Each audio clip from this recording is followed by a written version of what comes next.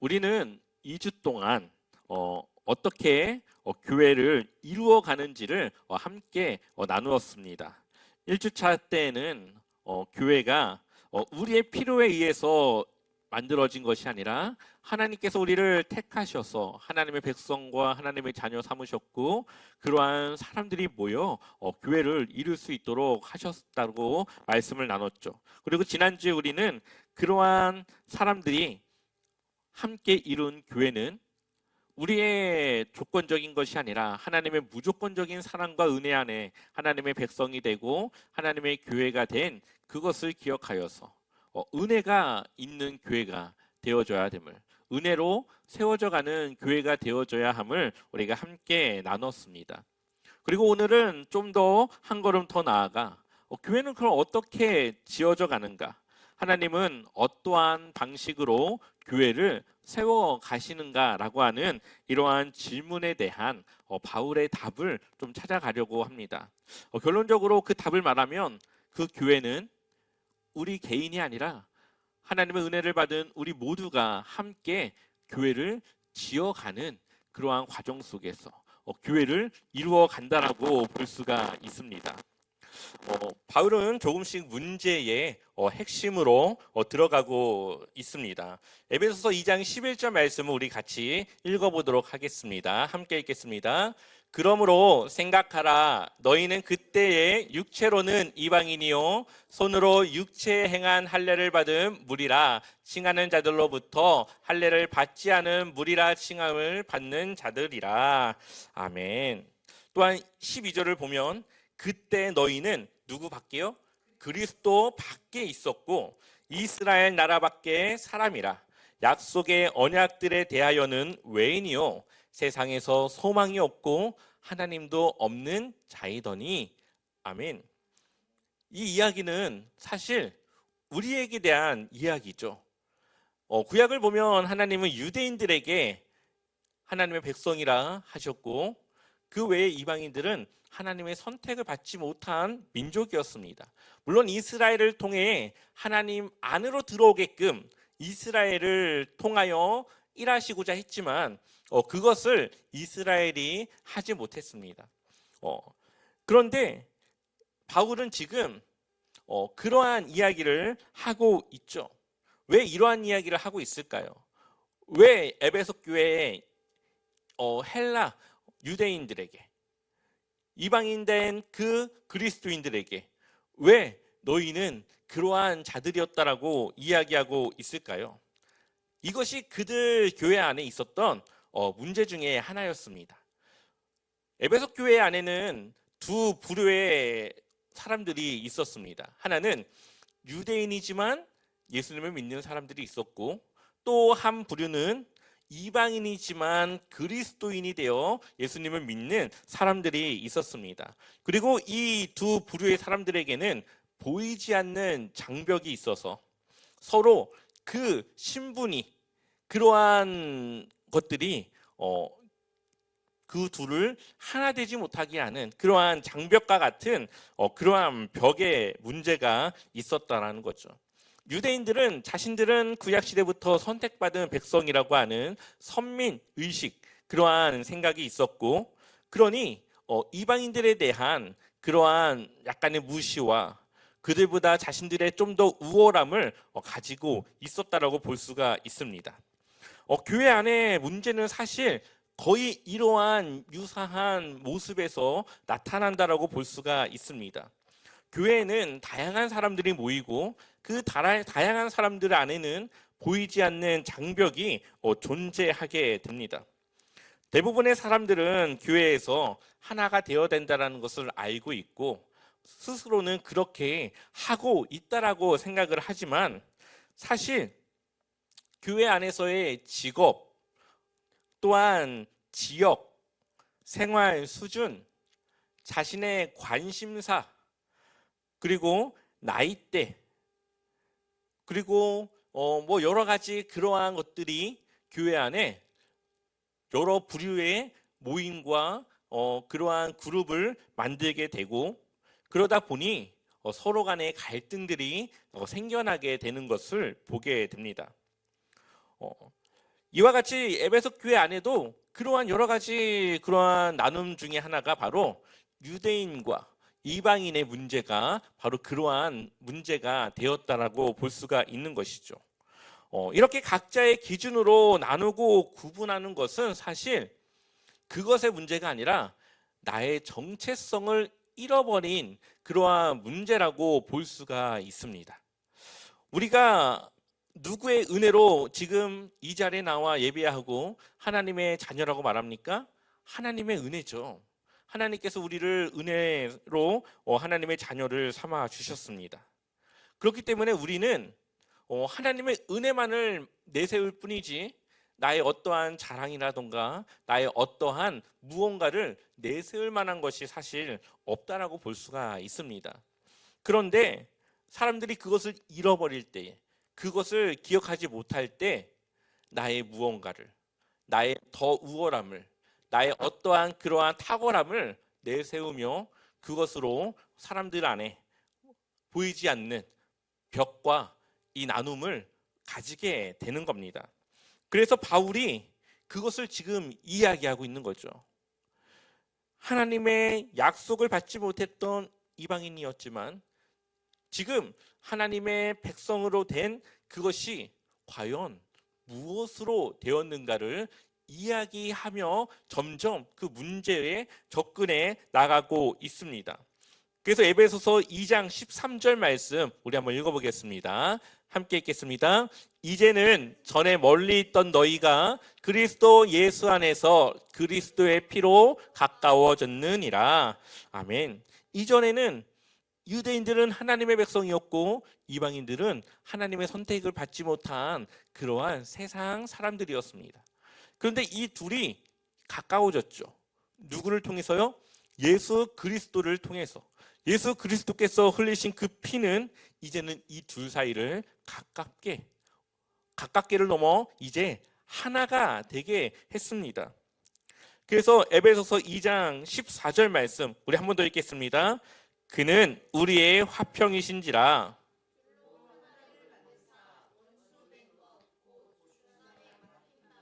자기 육체로 허시고. 아멘.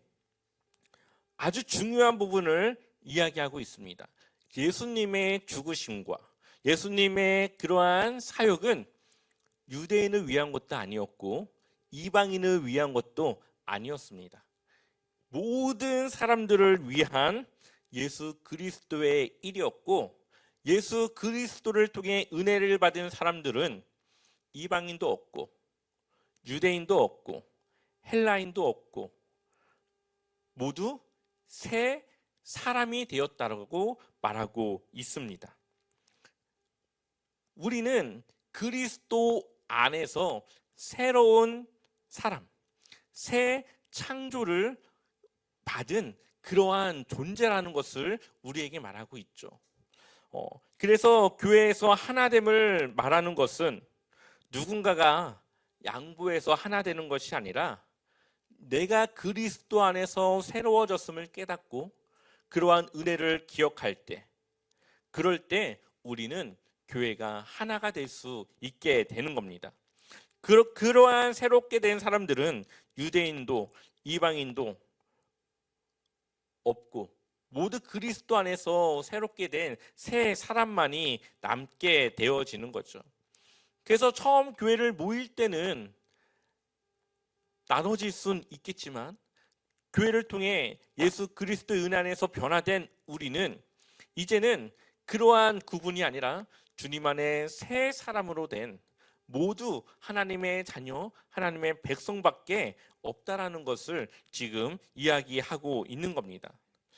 그렇기 때문에 그러한 사람들이 교회를 이룬다면, 그러한 사람들로 변화된 사람들이 함께 한다면, 그렇다면 교회는 분열이 아니라 화합과 통합과 함께함이 더 배가 될 수 있게 되는 것이죠. 에베소서 2장 15절을 보면 법조문으로 된 계명의 율법을 폐하셨으니 구약의 율법을 폐했다. 이는 이 둘로 자기 안에서 한 새 사람을 지어 화평하게 하시고. 아멘. 이제는 구약의 율법에 따른 육체의 할례가 아닌 예수 그리스도 안에서 마음의 할례를 받고 변화가 되고 그 새로운 사람으로서 재창조된 새 창조된 그 사람들이 바로 하나님의 백성, 예수 그리스도의 은혜를 입은 하나님의 백성으로 존재한다라는 것을 이야기를 하고 있습니다. 하나님 나라는 기존에 있던 사람들을 적당히 섞어놓은 그러한 것이 아니라 이전 것은 철저히 버리고 새로운 삶으로 결단하고 살아가는 그러한 사람들을 통해 만들어진 그러한 공동체라는 것이죠. 그래서 교회는 옛 성향 그대로 모여있는 집단이 되어서는 안 됩니다. 그것이 변화되어져서 새로워져서 이전과 다른 모습으로 살아가는 그러한 사람들의 모임이 되어져야 되는 것이죠. 그래서 교회에 나와서 교회 신앙생활을 하는 것이 어려운 겁니다. 이것을 내가 하려고 하면 어렵지만 주님 안에서 그것이 바뀌어졌을 때에 그 동참하는 일에 내 마음이 거기에 있게 되는 겁니다. 그렇게 우리가 변화되어질 때에 교회는 하나 될 수 있고 그러한 사람들을 통해 교회가 지어져 갈 수 있게 된다라는 거죠. 그래서 우리는 늘 이러한 정체성을 잊지 말고 기억해야 합니다. 그리스도 안에서 새로워진 우리는 이방인도 아니고 유대인도 아니고 이제 하나님의 백성, 하나님의 자녀, 하나님을 믿는 그리스도인, 바로 새 사람이라고 하는 그러한 존재로 있다라는 것을 우리는 기억해야 되는 것이죠. 여기에는 나이도 남자와 여자도 생활의 격차도 직업의 귀천도 아무것도 존재하지 않습니다. 오직 하나님의 은혜를 입은 사람들이냐 아니냐, 이것으로 구분이 되어지게 되는 겁니다. 그래서 바울은 19절에 우리에게 이렇게 말합니다. 우리 한번 19절 같이 읽어보겠습니다. 그러므로 이제부터 너희는 외인도 아니요 나그네도 아니요 오직 성도들과 동일한 시민이요 하나님의 권속이라. 아멘. 이들에게 뭐라고 말합니까? 이제는 그리스도 안에서 새 사람이 된 너희는 이제 외인도 아니고 나그네도 아니고 오직 성도들과 동일한 시민이고 하나님의 권속이라고 말합니다. 이 권속이라고 하는 말을 세번역 성경으로 우리 한번 같이 다시 읽어볼까요? 다시 읽어보겠습니다. 그러므로 이제부터 여러분은 외국 사람이나 나그네가 아니요 성도들과 함께 시민이며 하나님의 가족입니다. 아멘. 교회 안의 공동체는 사실 가족이 되어줘야 합니다.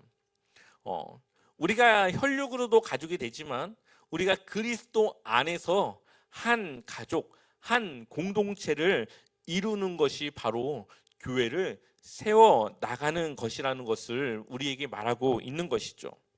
가족은 싸우기도 하지만 그렇다고 가족이라고 하는 것이 변하지는 않습니다. 가족은 때로는 서로 미워하기는 하지만 그렇다고 가족이 아닌 것은 아니죠. 이러나 저러나 가족은 가족입니다. 우리는 혈육으로 그 피를 함께 나눈 건 아니지만 예수 그리스도의 피로 우리는 변화되어졌고 우리는 그 예수 그리스도를 통해 하나님의 자녀가 되었습니다. 우리는 모두 하나님의 자녀고 하나님이 우리의 아버지가 되신다면 우리는 가족이 되는 거죠. 그리스도의 피로 그 피를 나눈 가족이 되는 겁니다.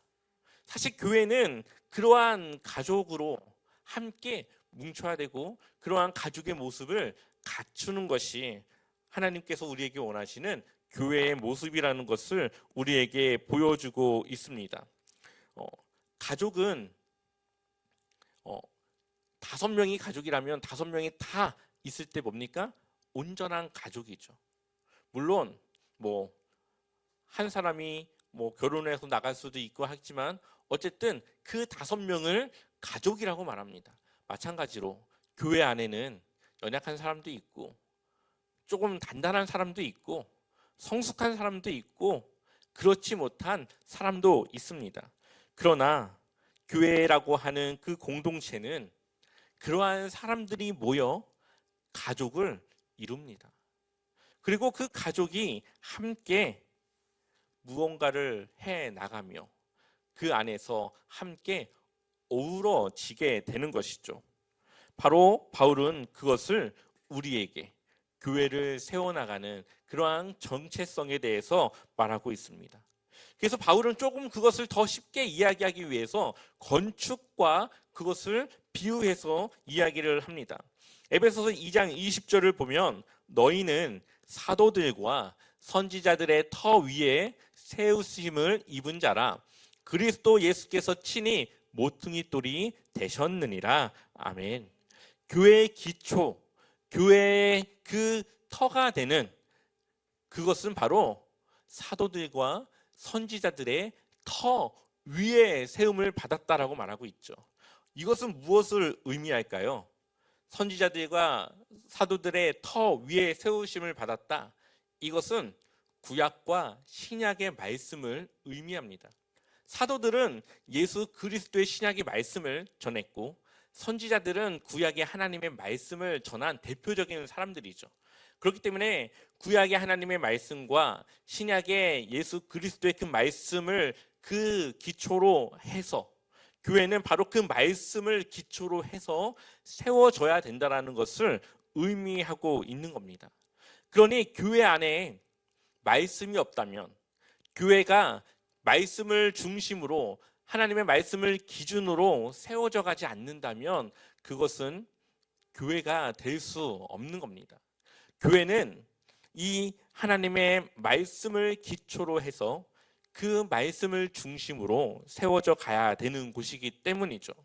또한 그러한 교회의 중심에 누가 있냐? 바로 예수 그리스도가 있습니다. 에베소서 2장 21절 말씀 같이 한번 읽어볼까요?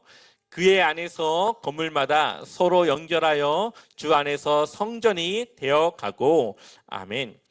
자, 예수님께서 모퉁이 돌이 되어주셨고 예수님 안에서 건물마다 서로 연결하여 주 안에서 뭐가 되어가요? 성전이 되어가고 우리는 성전을 지어가는 과정에 있는 겁니다. 우리가 성전을 완전하게 지을 수는 없어요. 우리는 완전한 존재가 아니기 때문에 완전하게 지을 수는 없지만 더욱더 성전답게 예수 그리스도를 중심으로 더 하나님이 원하시는 성전의 모습으로 지어져 가게 되는 겁니다. 모퉁이 돌이라고 하는 것은 지금은 건축이 너무나도 발전이 돼가지고 모퉁이 돌이 그렇게 필요하지 않는 그러한 시대이지만 이때 당시 건물을 지을 때 모퉁이 돌은 아주 중요한 돌이었습니다. 왜냐하면 건물을 어떠한 방향으로 지을지 결정하는 돌이 바로 이 모퉁이 돌이었습니다. 모퉁이 돌이 놓여지는 그 자리에서부터 건물의 방향, 건물의 구조, 건물의 크기, 또한 건물의 무게를 어떻게 분산시켜서 어떻게 만들어 갈 건지에 대한 모든 것이 이 모퉁이 돌에서부터 시작이 되어졌기 때문에 그렇습니다. 또한 모퉁이 돌이 지어진 딱 그 자리에서부터 이제 면과 면이 만날 수 있는 중심이 되어지는 돌이기 때문에 유대인과 이방인은 이 모퉁이 돌이 빠지면 만날 수가 없지만 예수 그리스도라고 하는 모퉁이 돌이 그 자리에 있기 때문에 만날 수 없는 두 부류의 사람들이 하나가 될 수 있게 되는 것이죠. 교회는 예수 그리스도를 중심으로 모이는 곳입니다. 우리가 다 다른 사람들이 모였지만 그래도 교회가 사역을 하고 함께 무언가를 이루어가고 그래도 좀 참고 좀 이해하고 그래도 교회가 교회답게 운영되어지는 그 이유는 바로 예수 그리스도 때문에 우리가 모였다는 것을 알기 때문에 그렇죠. 내 생각으로 교회로 온 것이 아니라 예수 그리스도의 은혜로 이 자리에 왔음을 우리가 알기 때문에 우리는 교회에서 그리스도를 통해 하나 되어질 수 있는 겁니다. 바로 그러한 모퉁이 돌이 되어주신 예수님이 우리의 모든 모임과 우리의 모든 공동체의 중심이 되어주지 않는다면 그 공동체는 바로 깨어질 수밖에 없는, 분란이 일어날 수밖에 없는 바로 그러한 교회가 될 수밖에 없습니다. 그렇기 때문에 하나님의 말씀 위에 예수 그리스도라고 하는 그 중심을 통해 우리는 하나 되어지는 교회가 되어지는 것이죠. 그렇게 교회는 조금씩 세워지고 성장해 나갑니다. 그래서 에베소서 2장 22절 우리 함께 읽어보겠습니다. 너희도 성령 안에서 하나님이 거하실 초소가 되기 위하여 아멘. 교회의 목적이 뭡니까? 하나님이 거하실 처소가 되는 겁니다. 물론 하나님이 이 교회에 거하시는 건 아니지만 하나님의 말씀이 살아 역사하는, 하나님의 사랑이 넘쳐나는, 하나님의 은혜가 적용되어지는 그러한 교회가 되었을 때에 그곳은 하나님이 살아있는 하나님의 그러한 처소가 될 수 있는 것이죠. 그래서 에베소서 2장 22절에는 성부와 성자와 성령 모두를 이야기하고 있습니다. 성령 안에서 하나님의 거하실 처소가 되기 위해서 그리스도 예수 안에서 함께 지어져 가는, 삼위 하나님과 함께 우리가 그 교회를 지어가는 바로 그러한 공동체가 되어져야 함을 우리에게 말하고 있는 것이죠. 이 성전을 짓는 것, 하나님의 교회를 지어가는 것은 한 사람 혼자 하는 것이 아닙니다. 모퉁이 돌과 연결되지 않는 사람은 그냥 돌멩이밖에 되지 않는 거죠. 그러나 조그만한 돌이라도 모퉁이 돌 위에 쌓이게 되면 조그마한 구멍을 메꾸는 하나의 돌이 될 수 있는 겁니다.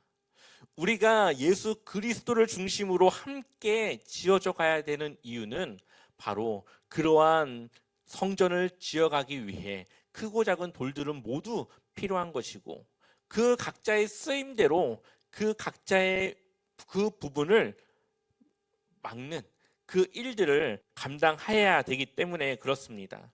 그렇기 때문에 교회 안에서 우리의 공동체 안에서 예수 그리스도와 함께하지 않는 그러한 사람은 버려진 돌멩이와 같습니다. 우리는 그러한 사람들을 그 성전 위에 쌓여져 갈 수 있도록 함께 도와야 되고 함께 힘써 그 한 사람을 위해 우리가 헌신하며 그렇게 하나 되어져야 되는 겁니다. 그렇게 교회는 지어져 가게 되는 것이죠. 이제 우리는 성전을 짓는 선택을 해야 합니다. 나로 인해 교회가 무너지지 않도록 해야 하는 것이죠. 그러기 위해서는 우리의 자신의 자리를 지켜야 됩니다. 나 한 사람이 빠진다고 교회가 안 되겠어? 라는 생각이 아니라 내가 가야만 하는, 그래야 교회가 되고 그래야 하나님의 성전이 지어져 가고 그래야 그 구멍을 메꿀 수 있는 그 역할을 내가 할 수 있다라는 것을 생각하고 우리는 그 각자의 자리를 지켜나갈 수 있어야 되는 겁니다. 그래서 교회를 이루는 것은 하나의 관객으로 지어져 가는 것을 내가 바라보는 관객의 입장이 아니라 그것을 함께 지어져 가는 참여하는 참여자의 입장에 있어야 되는 것이죠. 때문에 교회라고 하는 것은 몇몇 사람의 헌신이 아니라 한 사람 한 사람의 모든 이들이 함께 지어져 가야 합니다. 그래야 건강한 교회, 그래야 하나님께서 우리에게 원하시는 그러한 그리스도 예수 안에서 지어져 가는 그러한 교회가 될 수 있는 것이죠. 우리는 바로 그러한 교회가 되게 하기 위해서 기다릴 수 있어야 됩니다. 왜냐하면 우리 모두는 여전히 공사 중에 있기 때문에 그렇습니다. 조금 더 공사가 더 진행되어져서 성숙한 사람도 있고 누군가는 아직 공사가 시작되어져서 덜 성숙한 사람도 있습니다.